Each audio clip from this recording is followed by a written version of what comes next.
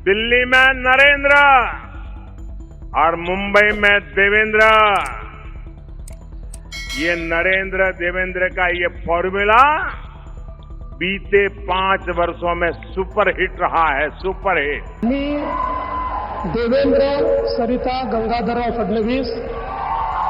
आखिरकार महाराष्ट्र में देवेंद्र फडणवीस ने बतौर तीसरे सीएम के तौर पर शपथ ले ली है।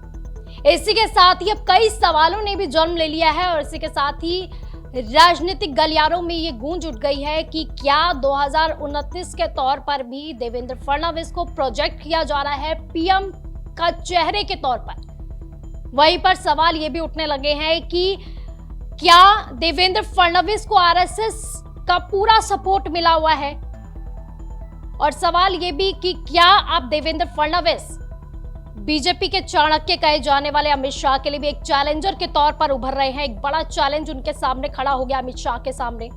और इसी के साथ ही सवाल ये भी कि आखिर क्यों शिंदे लगातार गृह मंत्रालय को लेकर जिद पर अड़े हुए हैं। इसी का आज मैं आपको जवाब दूंगी। आज इसी का हम लोग विश्लेषण करेंगे। नमस्कार, मैं हूं बबीता और आप देख रहे हैं इंडिया 27। दरअसल लगातार आप ये सिनेरियो देख रहे होंगे, लगातार ये घटनाक्रम देख रहे होंगे, किस तरह से महाराष्ट्र में सीएम पद को लेकर माथापच्ची की गई, लगातार मंथन हुआ, नाराजगी भी चली और उसके बाद मनाने का सिलसिला भी चला। लेकिन सबसे बड़ी बात कि जो बीजेपी की तरफ से लगातार ये कहा जा रहा था कि सीएम कैंडिडेट उन्हीं की तरफ से होगा, सीएम चेहरा उन्हीं की तरफ से होगा, ऐसा अंदर खाने ये बातें सामने आ रही थी। उसके बाद इस पर मोहर लगी और अब देवेंद्र फडणवीस महाराष्ट्र के सीएम बन चुके हैं एक बार फिर से। लेकिन यहाँ पर सवाल ये है कि आखिर इतना समय क्यों लग गया?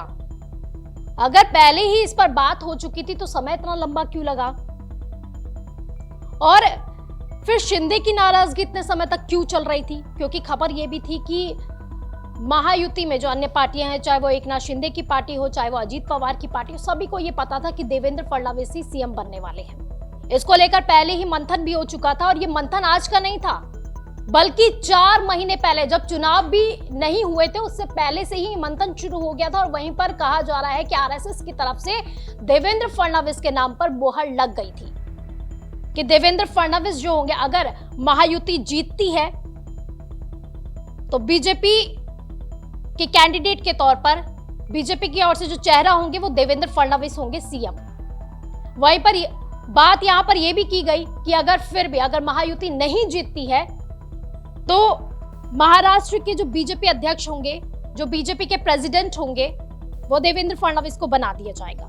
तो यानी कि दोनों तरफ से आरएसएस की ओर से देवेंद्र फडणवीस का नाम ही लिया गया। आखिर क्यों आरएसएस जो है देवेंद्र फडणवीस पर इतना ज्यादा मेहरबान है? आखिर क्यों देवेंद्र फडणवीस के नाम को इतना ज्यादा आगे किया जा रहा है, इतना ज्यादा उनका कद बढ़ाया जा रहा है? तो इसका जवाब मैं आपको देती हूं। दरअसल हुआ यूं कि अगर आप अभी तक पूरे सिनेरियो को समझेंगे तो ऐसा कहा जा रहा है कि 2029 को लेकर ये तैयारियां की जा रही हैं कि देवेंद्र फडणवीस को पीएम के तौर पर, पीएम का चेहरे के तौर पर बीजेपी की तरफ से लाया जाएगा। वो एक वो पीएम चेहरा रहेंगे बीजेपी की ओर से। और अब आप सोचेंगे तो फिर पीएम नरेंद्र मोदी का क्या?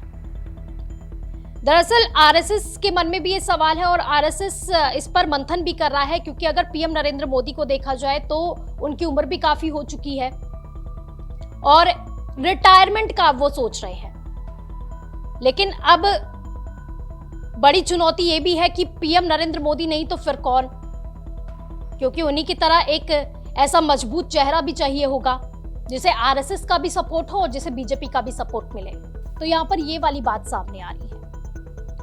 हालांकि पहले हम बात कर लेते हैं कि अगर पीएम की रेस में अगर देखा जाए तो 3 चेहरे, जो मुख्य चेहरे हैं, अगर पीएम नरेंद्र मोदी रिटायर होते हैं तो 3 मुख्य चेहरे कौन कौन से हैं? पहले हैं अमित शाह, दूसरे हैं सीएम योगी आदित्यनाथ का नाम भी काफी आगे चल रहा है, और वहीं पर तीसरे देवेंद्र फडणवीस। हालांकि रेस में नितिन गडकरी भी हैं, लेकिन उन पर भी हम बात करेंगे कि आखिर क्यों 2029 में नितिन गडकरी का नाम आरएसएस की ओर से नहीं लिया जा रहा है। तो दरअसल अगर देखा जाए, अगर कंपैरिजन किया जाए, अगर पीएम जो कि देश का एक चेहरा होते हैं, तो उसको लेकर अगर देखा जाए, अगर कंपैरिजन किया जाए, तो अमित शाह को लेकर भी अगर एक तो पढ़ाई, एजुकेशन को लेकर भी अगर देखा जाए तो काफी ज्यादा जो है देवेंद्र फडणवीस, उनकी एजुकेशन काफी ज्यादा है। वहीं पर दूसरा, फराटेदार इंग्लिश काफी अच्छी बोल लेते हैं, सारी चीजों को बहुत अच्छे से समझते हैं, काफी बैलेंस्ड होकर चलते हैं। देवेंद्र फडणवीस की छवि को देखेंगे तो काफी ज्यादा साफ सुथरी छवि है उनकी, कोई भी क्रिमिनल रिकॉर्ड नहीं है उनके नाम पर। एक तो सबसे बड़ी बात ये हो जाती है। दूसरी बात ये हो जाती है कि जो अमित शाह हैं, अभी तक आपने देखा होगा कि 10 साल के कार्यकाल में वो कभी भी विदेश नहीं जाते हैं। पहले ऐसे मिनिस्टर होंगे जो कभी विदेश ही नहीं जा रहे हैं। जो आरएसएस है वो कहीं ना कहीं गुजरात लॉबी को साइडलाइन करने का प्रयास कर रही है। पीएम नरेंद्र मोदी गुजरात से आते हैं, अमित शाह भी गुजरात से आते हैं, तो कहीं ना कहीं अब वो चाहती है कि किसी अन्य जगह से पीएम कैंडिडेट होना चाहिए। और पीएम कैंडिडेट के तौर पर देवेंद्र फडणवीस का नाम भी इसलिए सबसे आगे है क्योंकि एक तो वो नागपुर से आते हैं जहां पर आरएसएस का मुख्यालय है, और दूसरा जो है आरएसएस से वो काफी लंबे समय से जुड़े हुए भी हुए हैं और कम उम्र के भी हैं। तो ये तीन चीजें, तीन जो उनका मजबूत दावेदारी उनकी पेश कर रहा है आरएसएस के सामने, तो ये तीन बड़े कारण हैं। और वहीं पर मैंने आपको बताया क्रिमिनल रिकॉर्ड भी उनके नाम पर नहीं है कोई भी। अब बात इस पे भी कर लेते हैं कि अच्छा फिर पीएम नरेंद्र मोदी, क्योंकि जिस तरह से मैंने बताया कि उनके रिटायरमेंट को लेकर इसलिए बात चल रही, तो उनकी उम्र ज्यादा हो गई है। वहीं पर अब आप जब मैंने बताया कि नितिन गडकरी का नाम भी सामने आ रहा था, लेकिन नितिन गडकरी का नाम आखिर क्यों नहीं आगे लिया जा रहा है आरएसएस के द्वारा, क्योंकि उसका सबसे बड़ा कारण यह है कि नितिन गडकरी भी 70 साल के हो जाएंगे, उससे ज्यादा के हो जाएंगे, तो यानी कि उनका भी एक तरह से रिटायरमेंट है। तो ये वाली बात है, इसीलिए जो है नितिन गडकरी का नाम अब आगे नहीं किया जा रहा है। तो सबसे बेस्ट जो कैंडिडेट अभी तक आरएसएस को नजर आ रहे हैं वो है देवेंद्र फडणवीस।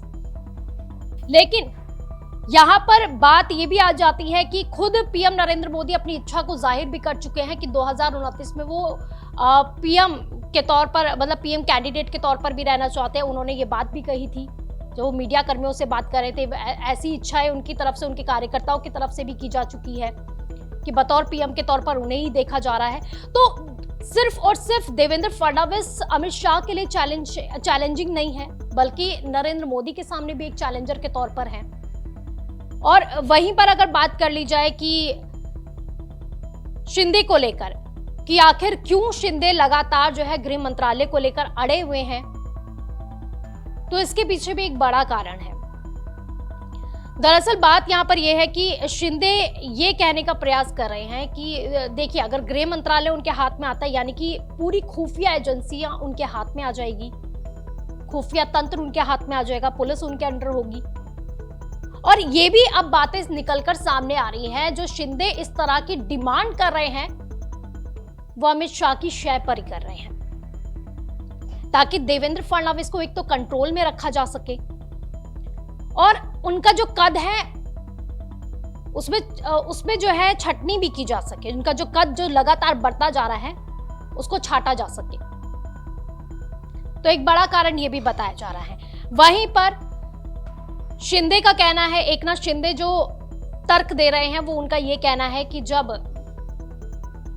देवेंद्र फडणवीस मुख्यमंत्री थे तभी गृह मंत्रालय उनके हाथ में था, और जब उप मुख्यमंत्री बने तब भी गृह मंत्रालय उनके हाथ में दिया गया। वहीं पर उन्होंने अजीत पवार की बातों को आगे किया। उन्होंने कहा कि अजीत पवार को जब वित्त मंत्रालय दिया जा सकता है तो उन्हें गृह मंत्रालय क्यों नहीं दिया जा सकता। तो एक तरह से उन्होंने इसे जो है अपने सम्मान की बात भी समझ ली है, क्योंकि एक तो सीएम पद नहीं मिला, उसके बाद फिर जो वो डिमांड करे गृह मंत्रालय को लेकर वो भी नहीं दिया जा रहा है। तो अब लगातार वो यही बात कर रहे हैं कि उन्हें या तो गृह मंत्रालय दिया जाए, वरना कोई मंत्रालय उन्हें नहीं चाहिए। उन्होंने ये बात कह दी है, और ये भी कहा है कि अगर ज्यादा हुआ तो वो डिप्टी सीएम के पद से इस्तीफा भी दे देंगे।